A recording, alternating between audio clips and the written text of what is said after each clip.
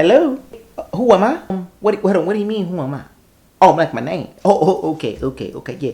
My name, you know what? Really, I just got a question. Is this a grocery store? Yeah, okay, it is. Okay. How much is it for a carton of milk? $3. Oh, good Lord, that's a lot of money. How much would it cost if I just came and opened up the carton and just took a sip of the milk? Hello? I be hustling, stay hustling. I be hustling, what it cost is. Yeah, let's flip it. I am your platform partner. Yes, Jackson 360, all about making things happen, addicted to action, and this is Communication Skills Worth Millions. This is the page where we show you how to develop the communication skills so that you can be able to enhance your life, you can enhance your environment, and pretty much change your entire life. And this is going to be a video more designed around, I would say, sales and persuasion when you're dealing with customers and you're trying to make a transaction. Now, the question is, when you're communicating and you're making a sale, are you on offense or are you on the defense? Are you on offense or are you on the defense? Now, this is a really important question. I want you to understand that most games are won when you are playing offense. The same thing with communications. Communication is a game. The more that you are on offense, the more you have the opportunity to win. Now, what is offense and what is defense? Offense is the person that's asking the questions. Defense is usually the person that has to answer a lot of questions. If you are the person that is asking the questions, usually you have more power. So you want to be the person that's asking the questions. And if not, if the person that's talking to you is doing all of the asking, they have the power because they are controlling the direction that the conversation is going in. An amateur is going to try to convince someone, but a professional is going to sort through people. So you want to learn how to sort through people, right? You don't have to convince someone that says, oh man, this is what I can do for you. Did you need to get this? No, because now you seem like you have low value, right? Now, a professional is going to first of all, they're going to sort this person and you're going to ask questions. That's how you sort, because you want to know what type of person you're dealing with and is this person qualified? It doesn't make sense to be talking to someone about buying a house. Let's say you're selling a house. And you're selling a house and the house costs $300,000, and the person that you're talking to, they don't have any money, they don't have any good credit, no access to a loan, and they have no access to money, but they just want to come to the house just to see it. If you aren't sorting them and asking them questions, if you don't know if they're qualified to get it, you would be potentially wasting your time talking too much with that one person. Not saying you shouldn't talk to them at all, but you want to monitor your time, because when you're selling, you got a lot of different people that you're working with, and you want to spend the most time with the person that's really qualified, that is in position to buy, and you want to answer those questions because you're trying to close the deal. Now, what does it have to do with offense and defense? What you want to do is you want to stay on the offense because it's going to give you the strength to be the person of higher value, and you're going to be in a position where you can lead the conversation and you can figure out if this person is qualified. So what happens is this. So I get people call me all the time or contact me. Let's say if I'm working in real estate. Let's say somebody's interested in a home. And it may not be real estate. For you, this may be you selling a car. It may be you selling, I don't care, a t-shirt or something. And somebody's calling you asking questions about it. What happens is when a person calls you and they start asking you questions, if you respond and answer their questions immediately, they say, yeah, hello, I want to know how much does it cost for some milk. If you immediately say the milk is $5.99, what usually happens after you answer their first question? I'm going to tell you. I'm not even going to make you wait. I'll tell you.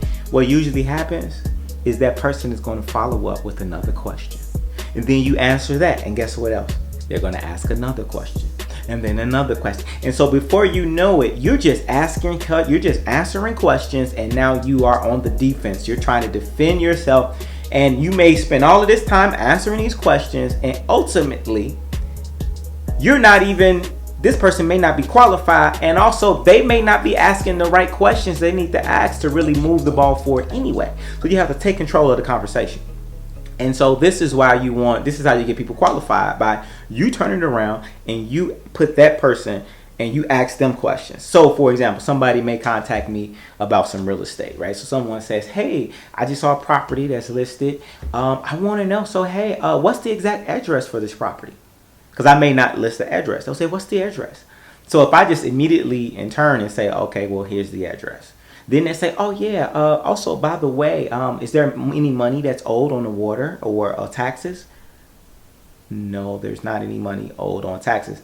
Okay, also, I want to know, is there any flexibility with the price? And so when people start asking about flexibility on price, they haven't even taken the first steps to determine if they're qualified. That's not a serious person. Let me tell you, anybody that's really serious about getting business done, typically, they're not trying to waste time because they just want to get their transaction done. They want to make their decision. And so they're going to do what they have to do. If a person is really trying to purchase some real estate and they're really an investor or a real buyer, they're going to show you, they're going to say, I'm qualified. Hey, look, here's my proof of funds. Here's the document that shows I have the money. So what you want to do is immediately set up some expectations. When you get on that phone call or if you're talking to that person in person, be friendly about it. You know, hey, I'm John. What's your name? Just establish some basic stuff. Hey, I'm Jackson. What's your name? Oh, your name is Kim. Okay, good to meet you, Kim. Oh, you're interested in the property? Oh, okay, good stuff. What makes you? And so immediately I'll just ask questions. It depends on the deal. Sometimes I may ask questions to get to know Kim. I may just say, hey, what makes you even interested in a property like this right now? And so just let that person talk, because the more that they talk, the more that you can then influence them, because you know exactly what they're concerned about, what they're aiming to do, when they're aiming to do it, because all of that is information that you need, right? Because you may have a price for something, but guess what happens? If a person asks you for the price, they say, how much does it cost for milk? If you immediately say, oh, it's $5.99, but let's say then that person says, oh, okay, I'm just asking, but I'm not interested in getting it to 2 weeks from now. Well, in 2 weeks, the price may be different. You see what I'm saying? So now you just gave them some wrong information. So instead of you giving them wrong information, you got to guide the conversation and say, hey, how much is the price? Well, I got a couple questions for you. I'm happy to answer the questions. I got a few questions for you. First of all, how much milk do you want? What size milk do you want? Okay, good. Now tell me this. How soon are you looking to pick up the milk? Are you looking to get it today, tomorrow? If so, what time?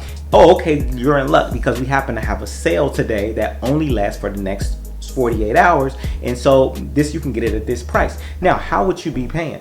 Oh, you would be paying through a debit or credit card or through your bank? Oh, okay. Well, based on that, in order to move forward, I'll be happy to help you, but we gotta see a proof of funds.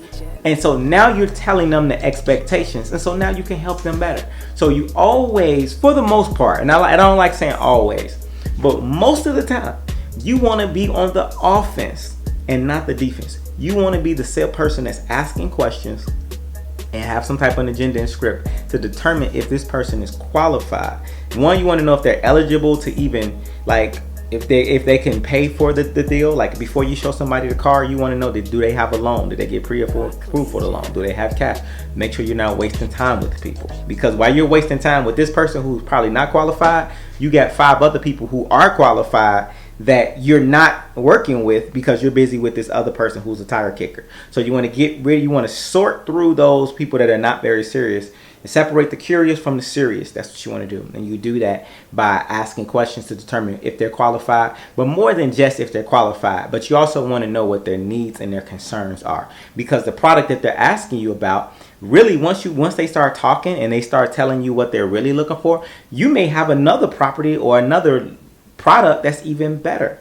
So why are you wasting time on the wrong product? So you can't take a shot until you know where the target is. And you're going to know the target if you're asking questions and the person is telling you exactly what they want when they want it. Now, this is why it's important that you play on the offense. All right. So score some points. Make sure that you do that in that order. Subscribe to the page as well. I am Jackson360, your platform partner, your hustle homie. Make sure you get those books and subscribe to those courses and classes. Oh, and the new music is also, the Hustle God 360 album is also available as well. So get that, and I will see you in the future. Peace. Yeah. I be hustling.